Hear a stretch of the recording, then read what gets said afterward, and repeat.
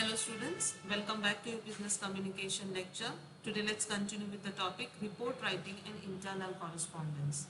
In my last lecture we had seen what is press report and memorandums. Today let's start with office orders. Now what does office order means? Here in simple words you can say it is downward communication of different types in a firm. Means internal correspondence going on in a firm. Like for example, you can say a written order related to certain rights, withdrawing rights, imposing restrictions, making postings, transfers, promotions, retrenchment, granting annual increment, withholding increment, disciplinary action, etc. So here you can say orders which are written in a written form by the superiors are known as what? Office orders. They are therefore clear example of downward communication because the higher authorities are passing down these orders to their subordinates. So the drafting of the order is done by the subordinates only, but it is submitted to the concerned, or you can say particular higher authority for his consent or pursual or approval, you can say. So here you have to take a great care while drafting an office order. They are supposed to be very precise and unoffensive. It has to be ensured that neither the recipient of the order nor any other person to whom the copy of the order is sent raises any objection here. There should be no mistakes here. Especially the sensitive issues must be tackled very carefully, confidentially. You have to keep in mind all the consequences if a mistake is made.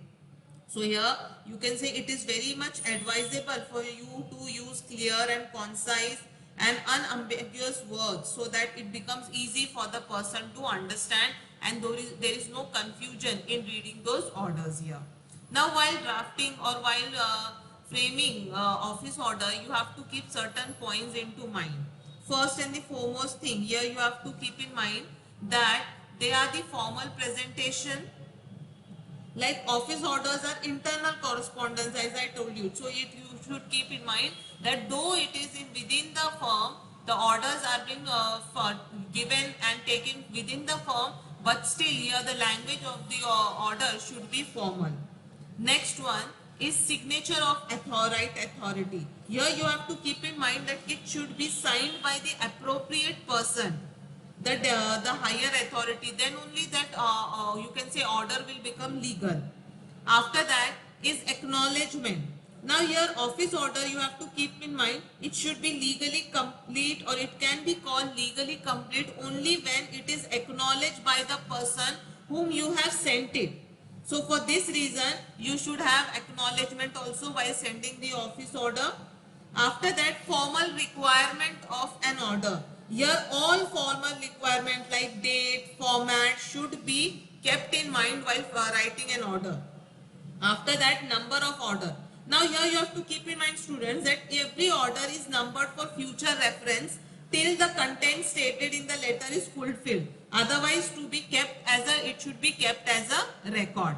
And then after that is language. Here you have to keep in mind that in your day-to-day communication in office, when you are having a face-to-face communication with your colleagues and all, so that time you can have an informal communication, but that time the language can be simple and informal and all. But while you are writing or you are drafting office order, that time the language, it should be formal, but it should, you have to keep in mind, it should also be very courteous and polite one. Simple language you should use. After that is CC to the concerned authority. Here you have to keep in mind the offline orders, though they are issued to the person concerned, but action for fulfillment will have to be taken by other authority. So here you have to keep in mind that you need to have carbon copy of your office order that needs the person, the XYZ person signature of it, that person has received the order. That you have to keep in mind. And here you can say this office orders can be used for several purposes. It is used in the firm for several purposes, like internal transfer of employees, or if any administration changes in the there, if there is change in the norms of promotion from seniority and all, or you can say if there is paid holidays, or you can say if they want to rectify the errors of the previous orders, if they want to add temporary change in the given employee, if they want to give any information about the posting, if they want to say something about the transfer or promotion, if the order is issued for instituting inquiry, if the order is issued for granting special increment, for anything, for all these purposes, you can say office orders are drafted. Now for this thing, it becomes very important for you all to know how to draft an office order. So here, while drafting an office order, you have to keep in mind that office order should be very, you can say, correct information should be written while drafting office order. It should be short and only necessary information should be provided in the office order. Your office order should be drafted in such a way that it draws the attention of the concerned person. It becomes easy for the person to understand that what does the order convey. After that, here care should be taken that the message is specific while drafting the office order. All information or instruction in office order should be very authentic. It should be signed by the appropriate person like the higher authority, then only it can become lawful. It should be seen that it is drafted very carefully and tactfully here. The person should keep in mind what is the designation of the person whom we are sending the order, what is who is sending the order. So according to that, we should be very careful while drafting an order. We should be very polite and courteous in language. We should have a fair attitude, that we should see to it that we don't hurt the feelings of the concerned authority. Here care should be taken that idioms or phrases are not used. It should be a simple language should be used while drafting an office order. We should always check before finalizing the office order. You should always check grammatical and spelling errors. You should see to it that there is no complication, is that everyone understand it very nicely, and you should see to it that the tone of the office order, though it is formal, but it should be very polite one. I'll show you the specimen of an office order. See here.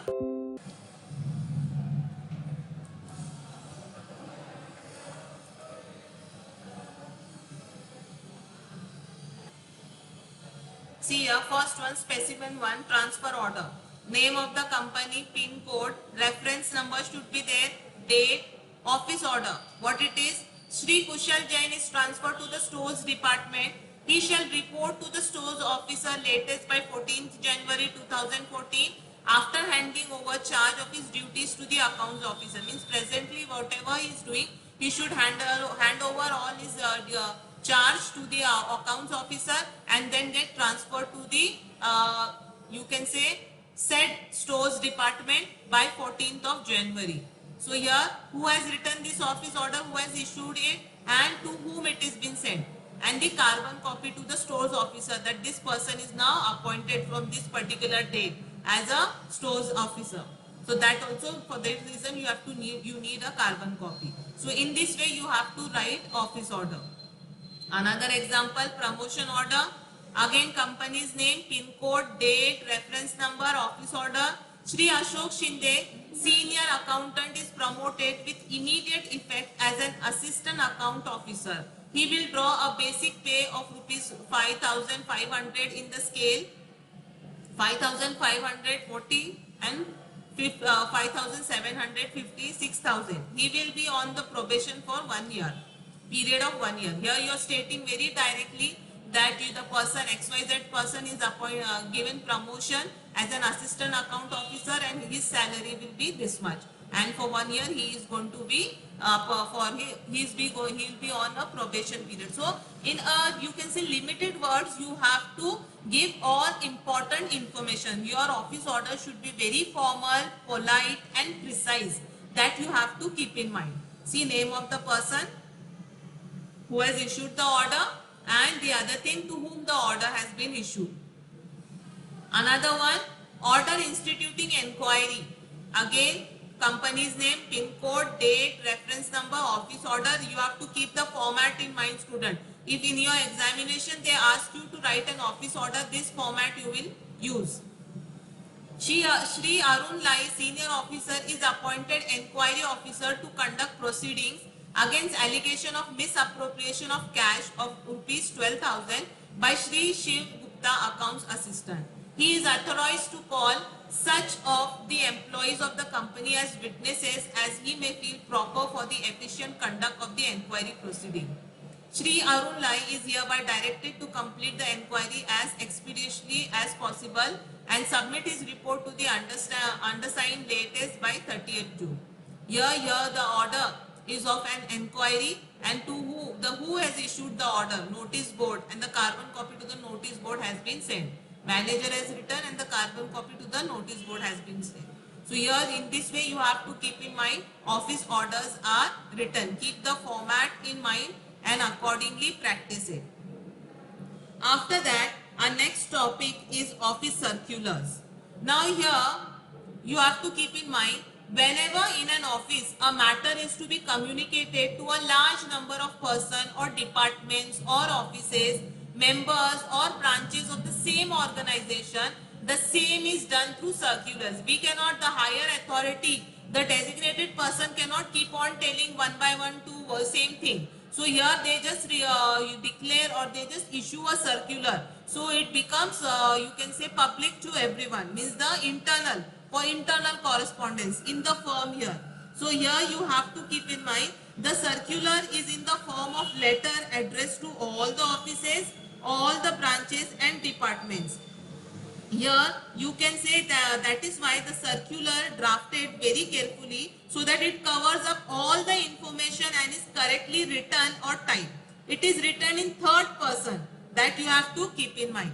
Now these office circulars are formal in nature, and here you have to keep in mind they you can say they are traditionally to be said that it should be very brief and it should avoid salutation and all, because it is a common letter for all the people here in the firm or the branches and all.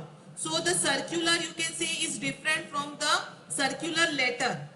In that sense, in circular, you can say in a circular the name and address or addressee is not specific. But while we are writing a circular letter, in that case you have to write the designation, name of the person, designation and everything. That is difference between circular and circular letter that you have to keep in mind. Now here students, here the usage of circular letter. Now the circular letters are mainly used for internal communication. Any important official message can be easily communicated to the employees by the organization with the help of the circular letters or circulars you can say. It can be circulated to many of them at one time. Here means it is just one copy is issued and you can say print out of the same can be given to different branches and all. Then it can be said that these office circulars are formal and official in nature. So it becomes the, you can say the content is official in nature, and because of that what happens, here the people they find it as a formal message from the higher authority and it is you can say implemented very immediately. And you can say this office circular are very quick to send because the content is same. So one time only once you have to type, print out, you remove and you can just give it to the others, whoever you want to give it to. And you can say this office circular contain very important matter for the you can say followings of the employees or in the organization, means what work they have to do. You just pass on the circular and they will follow the order. So here you have to keep in mind this circular should be brief, but it should have a prime importance to employees and the organization. There should be no mistakes. You should avoid jargons in that. You have to keep in mind any information, instruction or guidelines which you want to send to different departments or branches from head office. You can use this circular. It is very you can say beneficial at that time. And any circular which is issued by the organization can also be kept as for future reference. So that is also one of the uses of circulars. Now here these circulars are mainly used in a time when you want to invite application form from the employees for promotion, test or interviews. or where you want to give office circular insisting punctuality of the employees, only once you have to pass on the circular and it can be declared to all the employees. If you want to inform the employees about change in working hours or lunch time, then also you can pass on the circular. If you want to give any suggestion of or offline manual or otherwise, then you can use circular. If you want to provide any information regarding the event which has to be conducted in the organization, then you can use circular. If you want to announce bonus schemes or any other finance related things, then you can pass on the circular. It can also be used to warn the employees against strike, inform the employees about proper behavior and discipline, inform about the lack of cleanliness at workplace due to negligence of the employees, inform about the old furniture or any other items, regarding the closure of the office, informing about the charity related message, donate related message. So for all these purposes you can use, or you can say circulars, office circulars. Now to draft an office circular is very easy. Same thing you have to follow. It should be very brief, precise, to the point, so that the message is understood by everyone. It should be very clear, no jargon should be used. It should be persuasive, means here the employee should feel that really it is very beneficial for them and they need to follow the order here. The simple language should be used. Here it is for common for everyone. This circular is common for everyone. So here you have to keep in mind that there is no need of salutation and all in that. And official members in the circular should be numbered for future reference. You should always keep in mind, if the circular should be candid in nature, you should see to it that the expressions are very clear. It should not be false or misleading information given in the circular. Though it is common circular, the signature of the higher authority should be there on that, and complimentary clause should also be mentioned. Now anything, it can be if they want to declare holiday, if they want to give any notice to the employees and all, they can just write a office circular and pass on to them. I'll show you the specimen for the same. See here.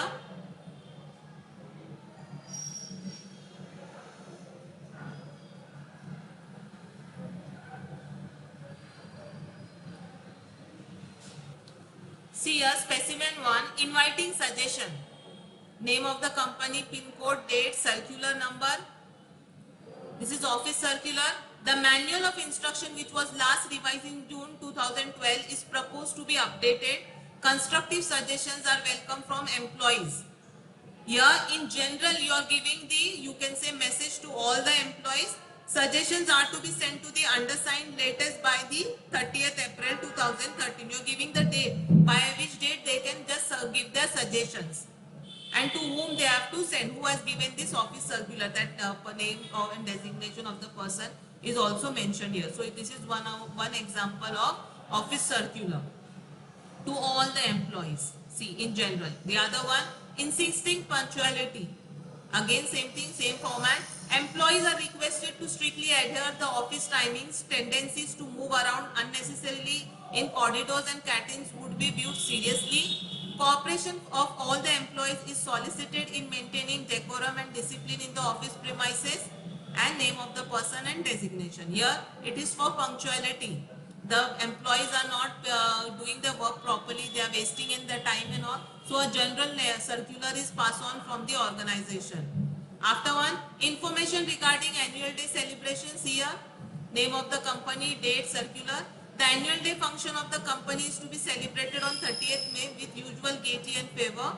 There will be a special meeting at 9 a.m. Shri Nandalan Bhatt, Managing Director, would address all the employees. It is proposed to honor the employees who put in more than 15 years of service in the company. Means what are they planning for the annual function? At 3 p.m. there would be sports event for men and women, tea, lunch, light refreshments will be served, of course. In the course of the day celebration, 6:30 p.m. there would be prize distribution. Timing, there would be light music program by famous Euphoria and a dance party followed by dinner. All the employees are requested to attend the celebration, and name of the person who has, you can say, written this office order. So in this way you have to keep in mind that the office order are, circulars are common for everyone. All the members, they have to Go through this order and accordingly follow the instruction given by the higher authorities. See another specimen. Announcing a new bonus scheme for employees. Same format. The undersigned is pleased to inform you that the board of directors of the company has decided to introduce a productivity linked bonus scheme for the employees of the company with effect from 1st April. The much awaited scheme is really intended to give more financial benefits to the employees as well as to increase the output, and further details and name of the person and designation here. Here to whom we are giving, to all the employees. So here you have to keep in mind office circular, or you can say it is a message in general for everyone within the firm or an organization. And on the other hand, what we have seen, the other topic is office orders. Here it is the downward communication of different types in the firm. Here the higher authorities, they pass an order to their subordinates in a written form. Though the order are passed on by the higher authorities, but the person who is drafting this order is a subordinate himself here. That also you have to keep in mind. So for that reason, the person who is drafting this office order should follow the instructions which are given while drafting an office order. In this topic, I have explained to you all what you have to keep in mind while drafting an office order. So this is the difference between office order. It is from the higher authorities to the subordinates, and office circular is also, you can say, a message from the higher authorities, but it is in general for everyone here. That you have to keep in mind. After that, the next topic is form memo or form letter. Now here, what is form memo or form letter? So here we can say it is a printed letter containing the routine or repeated matter here. Like many companies, they provide memo pads for the exchange of short message among the employees. Form memo are usually small because message expected are to be very brief and simple. Form memo may have company's name printed on the top. Spaces are provided for date, sender's name and department here. A form letter is printed containing routine matter like acknowledgement, reminder, follow-up, leave and all. The language of such form memo or form letter is stereotyped and standardized because it is printed one. Here the form memo or the form letter are drafted with a few blank columns which has to be filled by the employees here. A form you can say a form letter or memo is a standard correspondence which make easier for the person to give you can say important information. Here he won't miss any information here. So here we now see what are the uses. First thing, as this form memo and form letter are printed, so here you can say it saves the time and energy of typing the form memo or you can say letter here. Here you have to just fill in the required information. They are very accurate here because everything is printed here. So you don't miss out the necessary information there. Here it becomes very quick and fast for the person to just write out wherever blank is there and get the signature of the higher authority. It is, you can say it is also very economical because all printed papers are there. You have to just take one and fill it, and it becomes a routine matter for the person to just without wasting of the time take the letters of acknowledgement, reminders and all, fill in and send it to the required person. Now there are different kinds of this form memo and form letters. Now first thing you can say reminder form or letter, you can say memo. That is like sending a reminder on pending issues, to make quick payment or to expedite decision on some important issues which have been kept pending. For that reason the memo can be used. To call on us form for you can say requesting a party for the company in connection with some official work. Then for remittance, form letter is sent when cover letter is sent along with the check of remittance to the given sender or the person, XYZ person. Then receipt form letter is a reply sent by the company on receipt of check. Acknowledge form letters are sent in to inform the other party of receipt of any correspondence to the organization. Then a form memo is written requesting the departmental head for submitting the departmental weekly, monthly, quarterly reports. Then you can say as the last one is form memo for granting leave. It is a routine matter form. It is printed by the firm which can be sent to grant leave to the employees. All these things are printed once, so the work becomes very easy. Now here you have to keep in mind, students, there is difference between form memo and form letter. Form memo is why you say why there you can say there is difference between form memo and form letter. First thing it is that it is very essential to write official designation, department with or without the name of the sender and recipient on the form memo. But it is not necessary, it is in the case of the letter. We can simply write the name of the signing person and finish it off. The other difference is the words from and to are invariably written in form memo but not in letter. There is no salutation and complimentary clause in the form here, but it is there in the letter. And memo is written in a direct style and in brief one as possible, but the letters it is written in a normal style. That is the difference between form memo and form letter. Now the next thing, how to draft a form memo or letter. Here also you have to keep in mind that formal language should be used. Here you have to keep in mind, the person to whom you are writing this form memo or letter. So the language should be very straight, formal, simple to understand. You should draft it in a brief way. You should not write unnecessary things. You have to omit unnecessary things. You have to avoid spelling mistakes. It should be grammatically correct. And you have to also keep in mind that printed matter is involved in that. So it becomes, it looks more formal while drafting a form memo or letter. Now I'll show you the specimen for the same too. See here, Hindustan Trading Corporation, name of the company, address, pin code, date is given, number is given, to whom, then dear sir, what is the subject. We draw your kind attention to our letter number dated and request you to please send us your reply, expedite the matter and early date and complimentary clause. This is one form of the form letter or memo you can say. Other is call on us, postcard in form letters. Here again the same format, date, number, salutation. We request you to please call on us in connection with the following business. Whatever are your issues you have to write and finish it off. So here you can see children, as it is printed, it becomes easy for the person to just fill in the required important information and just send it to the XYZ person. Here the format is readily written here. Company's name is printed, everything is there, date here. You have to just fill in those blanks and finish it off. Form letter of remittance, again same format is there. Dear sir, we are pleased to enclose herewith the check of bank draft number dated rupees on which date, on account, in full, final statement on account, and please acknowledge the receipt. All the information, all this blank you have to just fill in and your work is done. Receipt, again same thing. We thank you for the check, bank draft number, date, number only, and please to enclose our official receipt for the amount and yours faithfully, and the enclosure means the receipt they will enclose with it. So in this way you have to just write the memo, or you can say form letter. They are printed you will find it in each and every company. So the work of the company becomes much easier.